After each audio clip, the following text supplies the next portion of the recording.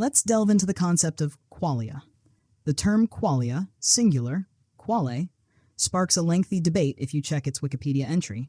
Throughout philosophical discourse, there's been ongoing argument about its existence, its true meaning, and more. Rather than rehashing all of that, let's explore what qualia aims to describe and draw our attention to in the universe. Qualia refers to the inner quality of a specific experience. One way to grasp this is by considering the distinction we've been discussing, the external world and our internal perception of it. For instance, imagine my coffee cup in the external world, solid, made of atoms. Inside our brains, however, there's a representation of this coffee cup. Our experience of the coffee cup isn't just a reflection of neural activity. It's a vivid, coherent visual perception of the coffee cup itself. Our brain creates a virtual representation that gives us a sense of reality, a qualia of the coffee cup. Let's consider the analogy with a robot. Imagine these are the robot's eyes, equipped with photosensitive detectors that transmit signals through wires and circuits, ultimately enabling the robot to move based on light detection, forward or backward, depending on what it senses. Currently, we generally don't attribute consciousness to such robots. We perceive them as operating mechanically in a sort of darkness. Inside their mind, it's merely circuits signaling wheels to move without any conscious experience of the light entering their sensors. This concept echoes in philosophy as the idea of a philosophical zombie. The question then arises, why aren't we similarly in the dark like these robots? How do we possess a subjective awareness of sensory information? How does our brain transform sensory data into an actual experience? Why do we have conscious experiences instead of just operating mechanically? So, the core concept of qualia is to highlight these subjective experiences. Qualia direct our attention to the mental projections of visual information our minds create. However, qualia can encompass a wide range of experiences beyond just visual perceptions. They could refer to perceptual encounters such as seeing the color pink, hearing loud drums, tasting garlic, smelling sea air, or feeling the texture of fur. A common phrase that emerges here is "there is something it is like." It suggests that each of these experiences has a unique quality or what it is like to undergo them. For instance, we understand what it's like to consciously perceive the color blue, even if describing it to someone else might be challenging. This notion distinguishes the experience of blue from, say, the experience of pink. This phrase, "there is something it is like," recurs frequently in discussions of qualia. This idea that each experience has a unique subjective quality helps us grasp what qualia aims to capture and illuminate. So consider bodily sensations like pain or an itch, and emotional experiences such as delight, lust, fear, love, grief, jealousy, and regret. Each of these involves a unique subjective quality. There's a distinct something it is like to feel these sensations and emotions as a conscious being. Unlike the experience of a robot equipped with light detectors and complex circuitry, we don't assume that the processing they undergo, whether deciding to move forward or backward, results in the creation of qualia. Instead, this processing is typically seen as operating mechanically, devoid of any internal sensory representation of the sensory information it processes. But qualia extend beyond these examples. There's also a unique something it is like when we experience understanding, whether it's learning piano, mathematics, algebra, or physics, or even as you listen to this video.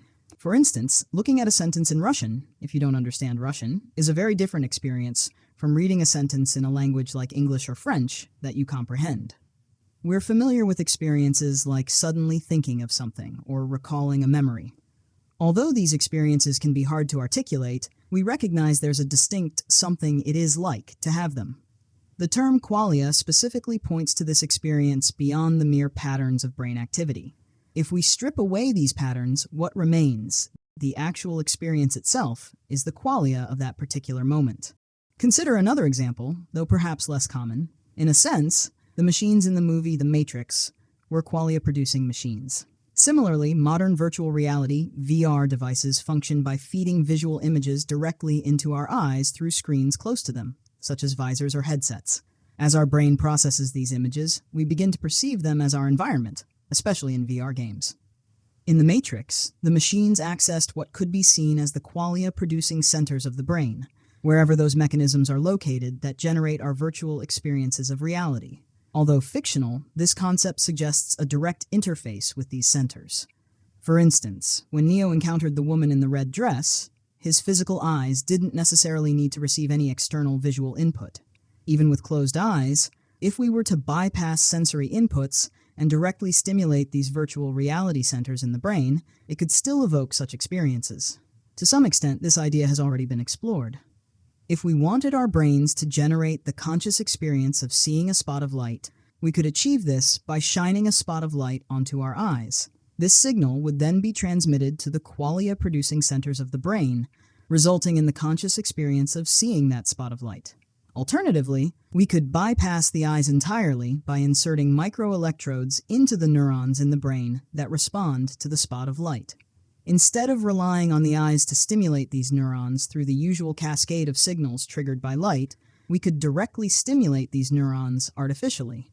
This approach has been successfully implemented and can evoke the same conscious visual experience of seeing a spot of light or a cloud of light. In this context, the machine depicted in the Matrix can be seen as a qualia-producing machine. It represents a potential technological endpoint of such experiments and advancements in technology. So, let's consider the concept of qualia. Take a moment to observe your visual field right now and notice how it feels like you're perceiving the world directly through your eyes. However, the reality is different.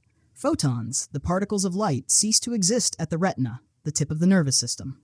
Beyond this point, within the brain, there is darkness. Photons are absorbed and converted into neural signals by neurons. What you see, the objects and scenes around you, is a representation created by your brain, existing within the physical space your brain occupies.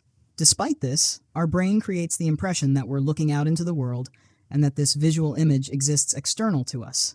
In truth, it all unfolds within the confines of our brain's processing.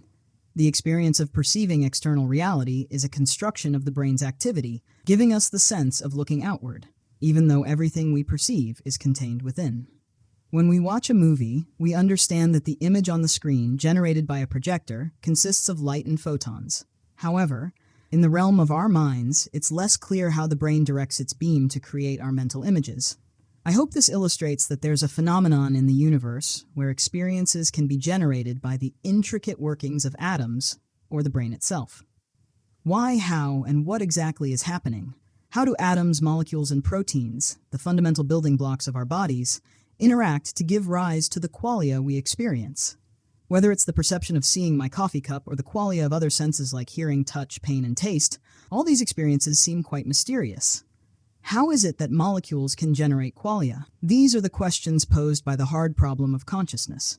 Some neuroscientists and philosophers are actively exploring these issues, while others argue that such qualia may not even exist. I'm not here to debate their existence. Rather, I'm pointing out the profound mystery surrounding how these experiences come about. When studying quantum mechanics or molecular dynamics at university, the phenomenon of qualia doesn't seem to emerge from understanding these fields. Despite delving into the intricate fields and forces governing the molecular and atomic realms, there appears to be no aspect within the equations that directly leads to the emergence of qualia in the universe. To grasp the hard problem of consciousness, it's useful to contrast it with the easy problem. The easy problem is considered manageable because it's believed we can eventually solve it, whereas the hard problem is often seen as dauntingly challenging. Some even argue we don't know how to begin approaching it. This disparity between the physical processes of atoms and the subjective experience, known as qualia, or phenomenological experience, is often termed the explanatory gap. The easy problem involves identifying neural correlates associated with specific types of consciousness. For example, we might pinpoint a region of the brain active during perception of a coffee cup and designate it as a neural correlate. If this region were damaged or removed, we might lose our ability to perceive coffee cups, indicating its role in producing the qualia associated with that perception. The easy problem seeks to determine which parts of the brain are sufficient to produce consciousness, such as perceiving motion or recognizing faces. We address these questions by studying different brain regions, observing how they correlate with various conscious states through experiments like stimulating brain areas to see how perception changes. However, solving the easy problem doesn't require us to explain how qualia are actually generated by atoms and neurons in the brain. Instead, it focuses on establishing correlations between brain activities and conscious experiences, distinguishing it from the more complex hard problem of understanding the fundamental nature of subjective experience. Another perspective on this issue can be understood through the metaphor of the Cartesian theater. This concept imagines that there's a kind of movie playing inside the brain with us observing it. However, this is far from reality. As mentioned earlier, there's no literal image or movie screen inside the brain that replicates what's outside. Instead, it's all about neural activity. The metaphor of a projector helps illustrate the challenge of the hard problem. Think of a projector. It receives information from a device, much like our eyes transmit information to the brain. This information travels through circuits, and the projector converts it into photons of light, which are then projected onto a screen. We can then look at the screen and see the visual image formed by these photons. We understand that the image is composed of pixels, or photons that land on the screen, similar to how a computer monitor displays pixels. Inside the brain, how do neurons direct their beam? We understand that the visual experiences we perceive exist within the physical confines of the brain's space. But how exactly does the brain create qualia? In what direction does it aim its beam to generate the image of a coffee cup, for instance? How does this process occur, and what mechanism is responsible? Thinkers who have explored similar arguments to Chalmers's formulation of the hard problem include Isaac Newton, John Locke, Gottfried Wilhelm Leibniz, John Stuart Mill, and Thomas Henry Huxley. Additionally, Asian philosophers such as Dharmakirti and Guifeng Zhongmi have delved into the challenge of explaining how consciousness emerges from unconscious matter. Isaac Newton used the term phantasms to describe how our brains create the illusion that we are perceiving the external world. It's crucial to recognize that this entire perceptual experience is a phantasm generated within the brain. The mystery of how brains produce these sensations in the universe remains profoundly strange and unresolved. If qualia, everything we perceive through sight, sound, touch, thought, and belief at every level of our consciousness, arise from the movements and positions of atoms in various configurations of the brain, then we might ask, how many configurations are possible? How many different perceptions can our brain generate? Our brain is finite. It doesn't possess an infinite number of neurons, connections, or atoms. So, how many distinct patterns of neural activity can it create that give rise to qualia? Consider dreams, mystical experiences, and everyday emotions. They are all possible because they represent different configurations of brain activity. These configurations extend beyond mere physical reality, allowing our brain to generate and explore various levels of experience. Let's explore this concept with a simple metaphor. One way to conceptualize the number of configurations that could generate qualia in the brain is to compare it to a Rubik's Cube. A standard 3x3 Rubik's Cube has approximately 43 quintillion possible permutations. If each permutation corresponded to a unique conscious experience, like a single frame of a movie, then this would theoretically allow for about 230 trillion distinct movies, if each configuration represented a frame of consciousness. Considering the brain, it's often exaggerated that it contains more connections than there are atoms in the universe, though this is likely an overstatement. Nonetheless, the brain does possess a vast number of connections, certainly far more complex than a 3x3 Rubik's Cube. The Necker cube presents us with two distinct perceptions of the same object, suggesting that these perceptions are generated by different configurations of the brain. When our perception shifts between these two interpretations, something physical in the brain must change to facilitate this shift. These different configurations, arising from the same fundamental elements like atoms, produce specific qualia. Just as specific electrical patterns in the circuitry of a computer monitor consistently produce specific images, the brain operates similarly with qualia. A causal relationship exists where identical patterns of neural activity reliably generate the same conscious experience. If our monitors were to randomly display differences for the same input, they would be unreliable tools. Our brain, which serves as our reality simulator and qualia generator, must maintain a consistent and reliable relationship between its structural configurations and the qualia or sensations it produces. Scientists are actively investigating which levels of brain structure are critical for generating qualia. Is it at the quantum level, atomic level, the scale of individual neurons, or in the vast network of neural connections and integrated information? This remains an ongoing inquiry in neuroscience. Considering the Necker cube example, where two different perceptions correspond to unique configurations of the brain's atoms, we can ponder, how many configurations can the brain actually adopt? And what kinds of conscious experiences are produced by these potential arrangements and configurations? Let's propose that each distinct conscious moment is generated by a uniquely configured region of the brain dedicated to producing qualia. This implies that every unique qualia emerges from a singular, momentary physical structure within this crucial brain area. To illustrate, consider the analogy of a movie scene. Envision every frame from every movie you've ever watched. Each frame presents a specific pattern of light emanating from the screen, stimulating unique patterns on your retina, thereby activating distinct pathways along the optic nerve. Ultimately, these stimuli provoke a distinctive response in the qualia-generating regions of the brain, a rearrangement at the atomic level that results in a unique pattern of synaptic activity specific to that qualia, that visual experience of the movie frame. There are already countless unique configurations just to represent the movies we watch, considering the trillions of possibilities akin to those defined by a Rubik's Cube. Now let's consider another dimension. Standing anywhere on Earth and looking in any direction creates a unique sight. Extend this concept to any vantage point in the universe, and our brain would reconfigure based on the light entering our eyes. This raises a perplexing question. If the universe is infinite, could we eventually exhaust the possible permutations of our brain's Rubik's Cube? A standard 3x3 Rubik's Cube has 43 quintillion possible configurations before it runs out of unique combinations. What happens then? This number is already staggering, and we've only begun to discuss perceptions based on reality. Consider dreams and imagination, which introduce countless more possibilities, each requiring additional configurations in the brain's qualia center to account for. This expansive view underscores the immense complexity and potential variability in conscious experience, shaped by the brain's ability to configure qualia in response to a limitless array of stimuli and scenarios. What about our experience of internal dialogue? That constant inner voice that accompanies us throughout the day. Every syllable it utters represents a unique conscious experience. Each phoneme or syllable, as you hear it in your mind's ear, constitutes a fleeting, distinct moment of consciousness. This continuous stream of dialogue stems from unique brain activity. Our experience is in perpetual flux. Our brain chemistry constantly fluctuates, creating qualia. It appears there are countless possible configurations of these experiences. The total number of possible configurations might symbolize the entirety of experiences we can have. For the sake of discussion, let's denote this incomprehensibly vast number as Q.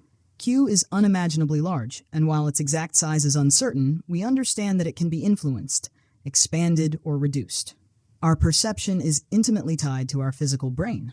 Damage to regions responsible for perception diminishes the number of conscious experiences we can have, shrinking the scope of qualia our brain can generate, and thus making Q smaller. Achromatopsia, for instance, illustrates how individuals cannot consciously perceive, dream, or imagine colors, despite their eyes functioning normally to receive color information. Although their unconscious mind processes some color data, their qualia center fails to produce the conscious experience of color due to damage in that area. Similarly, echinotopsics cannot consciously perceive motion, even though their unconscious mind retains the ability to track movement. They may still be able to catch a ball, although their conscious qualia lacks the perception of motion. Protopagnostics struggle with recognizing faces consciously, despite their unconscious mind responding to familiar faces. They lack the conscious experience of facial recognition. The spectrum of perceptual disorders is extensive and intriguing, albeit often tragic. Ultimately, these conditions illustrate how damage to specific brain regions can reduce Q, the total number of possible configurations of conscious experience. Conversely, expanding Q is achievable through learning and experiences such as music. Studying music, for example, can physically alter parts of the brain, enhancing richness and depth in our experiences. It's been suggested that musicians, by expanding their neural capacities, enjoy a more enriched experience of life compared to others. How large is Q? It's difficult to quantify, but it appears to correlate with our biological complexity. We intuitively understand this correlation. For instance, while many of us are willing to swat a fly or mosquito, we hesitate to harm a dog or cat. This hesitation arises from an intuitive recognition that a fly, with its mere 20,000 neurons, lacks the depth and breadth of experiences, such as the suffering caused by being swatted, that a dog is capable of. As we consider organisms ranging from mosquitoes to dogs, each with slightly more complex nervous systems, we recognize an increasing capacity for experiencing deeper levels of suffering, and correspondingly, an expanding Q. Our intuitive compassion expands in proportion to this complexity. The difference between the superficial suffering of a mosquito and the profound suffering of a dog can be likened to the difference in musical experiences. Some may have a basic appreciation of music, while highly trained musicians experience a much deeper and nuanced appreciation. This scale is rooted in biological complexity and parallels the increasing Q associated with richer experiences. Clearly, we will never exhaust every conceivable configuration of our brain's qualia center. We'll barely scratch the surface. However, a more intriguing question arises. What can we perceive? What constitutes the fascinating aspects? What is our qualia generator capable of producing? Drawing parallels to the Matrix, where programming dictates sensory experiences like sight and sound, we must expand beyond mere sensory perceptions. Our qualia generator encompasses not only visual and auditory sensations, but also preferences, aversions, beliefs, emotions, and thoughts, all emerging from the same brain mechanism. Unlike the Matrix, which primarily focused on superficial sensory qualia, our qualia generator encapsulates the entirety of conscious experience, delving into the complexities of human perception and cognition. One effective way to understand the capabilities of our qualia generator is by exploring the recorded experiences of humanity throughout history. People have always enjoyed sharing their encounters with qualia, offering descriptions that researchers use to investigate these phenomena. By placing individuals in various situations and prompting them to describe their experiences, researchers gain valuable insights into the diverse range of qualia produced by the human brain.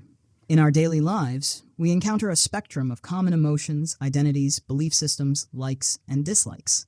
Beyond these familiar experiences, some individuals report encountering unusual qualia, often stemming from conditions like perceptual disorders caused by brain damage. Moreover, experiments inducing altered brain states or stimulating specific brain regions have revealed the brain's potential to generate unique qualia, seemingly creating new experiences by altering its configuration. There are profound levels of experience associated with these phenomena, prompting people to actively seek them out for the deeper insights they offer.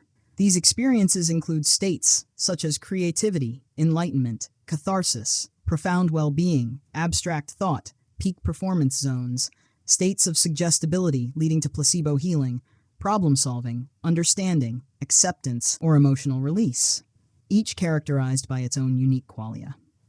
The human qualia generator encompasses a vast spectrum of possible experiences that extend beyond mere physical reality measurement, demonstrating its capacity to create highly abstract and meaningful states. Imagine a circle representing every potential configuration of your qualia center.